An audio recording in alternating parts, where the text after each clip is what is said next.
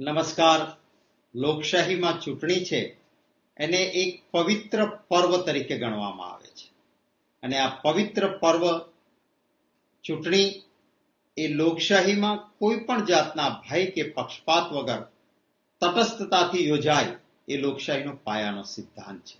મને અનેક મતદાતાઓનો ફોન આવે છે, સંદેશાઓ આવે છે કે એમને તંત્ર દ્વારા, ખાસ કરીને પોલીસ વિભાગ દ્વારા બોલાવવામાં આવે છે, ધમકાવવામાં આવે છે, મતદાન નહીં કરવા માટે કહેવામાં આવે છે, અથવા સત્તાધારી પક્ષને મતદાન થાય અથવા તમારી ટકાવારી ઓછી થવી જોઈએ, આવા બધા પ્રયત્નો થાય છે.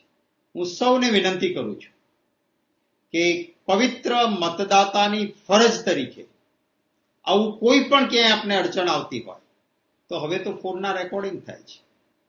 કોઈ પણ પોલીસ કર્મચારી કે અધિકારી આપને બોલાવવા માટે પણ ફોન કરે કે કોઈના દ્વારા સંદેશો મોકલે, રેકોર્ડિંગ કરજો. સીસીટીવી હોય તો એના ફૂટેજ મેળવજો. જરૂર પડે કેમેરાને છુપી રીતે લઈ જઈને ક્યાંય પોલીસ સ્ટેશનમાં બોલાવે કે રૂબરૂ આપને મળવા આવે એનું રેકોર્ડિંગ કરજો. કારણ કે ચૂંટણી પર્વમાં આ રીતે ખલેલ એક ગુનો બને છે. આપણે એના સામે કાર્યવાહી કરવી છે અને આ માટે આપ જે કંઈ પુરાવા એકત્રિત કરો, આ પુરાવા અમારા પ્રદેશ કોંગ્રેસ કાર્યાલયના વોર રૂમમાં 8200059989 ગુજરાતીમાં કહું છું 82-3-000-599-89 આ એક વોટ્સએપનો નંબર છે. આપે એકત્રિત કરેલા પુરાવાઓ આના ઉપર મોકલી આપજો. કાયદાથી જે આવા હવનમાં હાડકા નાખનારા, લોકશાહીના પવિત્ર યજ્ઞને નુકસાન કરનારા કોઈ તંત્રના અધિકારીઓ હશે તો કાયદાથી જે કંઈ એમને સજા કરાવી શકાતી હશે એ કરાવવાનો પ્રયત્ન રહેશે. હું તંત્રના અધિકારીઓને અને કર્મચારીઓને પણ કહું છું કે આપ એ જનસેવક છો. આપનો ધર્મ તટસ્થતાથી ભય વગર કામ કરવાનું છે. લોકશાહી વ્યવસ્થા છે. કોઈ રાજકીય પક્ષ સત્તામાં આવે, લોકો ઈચ્છે ત્યારે એ રાજકીય પક્ષ સત્તાથી દૂર થાય, બીજો રાજકીય પક્ષ આવે, પરંતુ તંત્રના સેવકો એ કોઈ રાજકીય પક્ષના નોકરો નથી, એ જનસેવકો છે. ત્યારે આપ આપની પવિત્ર ફરજ જનસેવક તરીકે બજાવશો એવી અપેક્ષા રાખું છું. મને અનુભવ છે આપણા ગુજરાતમાં ખૂબ સારા અધિકારીઓ, ખૂબ સારા કર્મચારીઓની એક નામના પણ ઊભી થઈ છે. છેલ્લા થોડા સમયથી રાજકીય સત્તાધારી પક્ષ દ્વારા આપણા તંત્રને કોઈ ને કોઈ રીતે ફોર્સ કરીને, દબાવીને એમના પાસેથી એ કામો કરાવવામાં આવે છે કે જે કામો કરવા માટે એક જનસેવક ફરજથી નથી બંધાયેલા. હું અધિકારીશ્રીઓને અને કર્મચારીશ્રીઓને પણ કહીશ કે કોઈ પણ ઉચ્ચ અધિકારી કે રાજકીય પક્ષનો કોઈ મિનિસ્ટર કે હોદ્દેદાર, સત્તાધારી પક્ષનો, આપને જો આવું ખોટું કરવા માટે કહે તો આપ પણ કોઈ છુપા camera, video recording, phone tapping થી આપની પાસે પુરાવો રાખજો. કારણ કે કાલે આપ ક્યાંક ફસાશો તો આ બધા રાજકીય વાળા તો છે ને, સત્તા પક્ષ વાળા, એ હાથ ઊંચા કરી લેશે, કોઈ બચાવવા નથી આવતું. ભૂતકાળમાં કેટલાક અધિકારીશ્રીઓ રાજકીય પક્ષના, સત્તાધારી પક્ષના ઈશારે ખોટું કરી બેઠા અને એમને જ્યારે ભોગવવાનું આવ્યું ત્યારે સત્તા પક્ષે હાથ ઊંચા કર્યા હતા, એમની વહારે નહોતા આવ્યા. એટલે આપ પણ આપની સલામતી માટે આવું કરજો એવી વિનંતી કરું છું. ગુજરાતના મારા વહાલા મતદાતાઓએ ખૂબ પ્રેમ, આશીર્વાદ અને સમર્થન કોંગ્રેસ પક્ષને આપ્યું છે. એક સારું વાતાવરણ ઊભું થયું છે.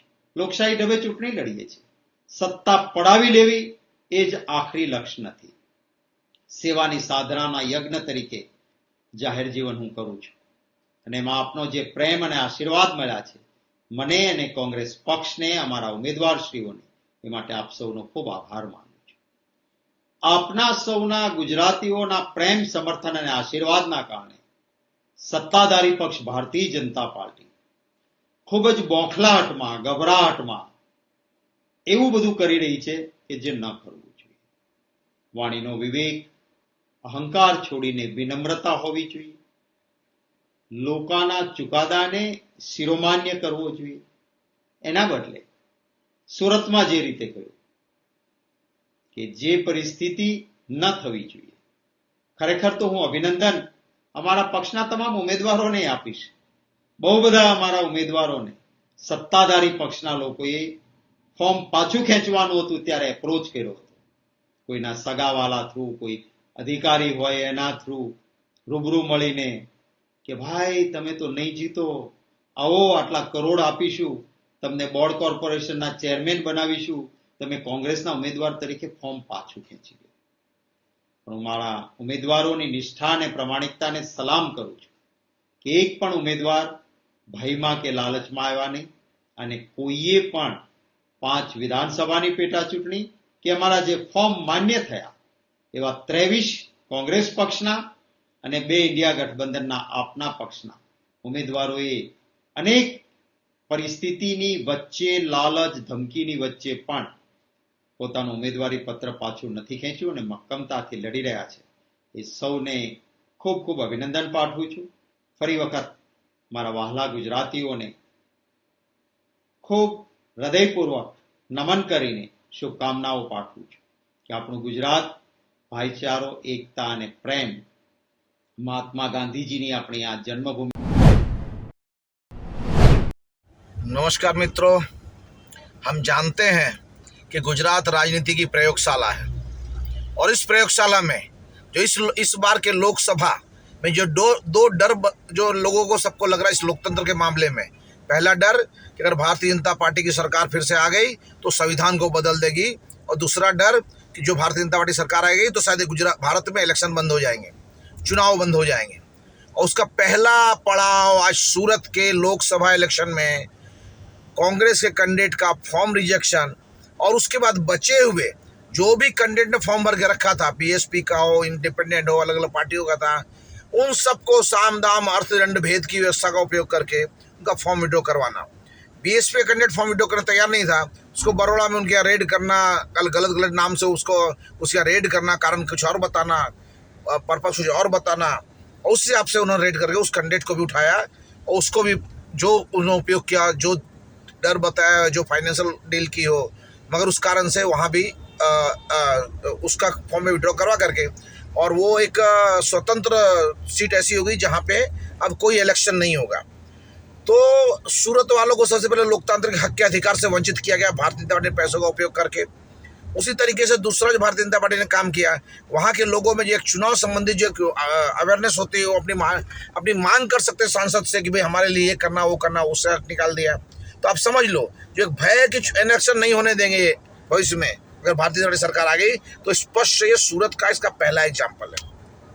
दूसरा, जो संविधान की बात करते हैं, इन्होंने जिस तरह संविधान का मजाक उड़ाया, संवैधानिक व्यवस्था का दुरुपयोग किया. आज कलेक्टर सूरत, उस पर इलेक्शन कमीशन को एक्शन लेना चाहिए कि जो 6 कैंडिडेट 8 कैंडिडेट थे उसने डिस्क्वालीफाई एक को किया था, तो बाकी फॉर्म विड्रॉ हो गया, तो इसके लिए क्या कारण है? ये वहाँ के इलेक्शन कमीशन, इलेक्शन अधिकारी को जवाबदारी बनती है उसको चेक करने का. कलेक्टर कोई अथॉरिटी नहीं है, अभी अथॉरिटी कौन? इलेक्शन कमीशन है. उसको देखना चाहिए कि किस तरह और किन कंडीशन में इस तरह के निर्णय लिए गए. आज पूरे सूरत में 17-18 लाख मतदारों को उनको मत देने के हक का विड्रॉ कर लिया गया, और इसका उपयोग भी अलग तरीके से फिर होगा आगे. जो हम जानते हैं अमरेली, भावनगर, इन सब की सीटों पे सूरत से लोगों को गाड़ी भर भर के भेजने में आएगा, जो नॉर्मली वहाँ मत देने नहीं जाते हैं.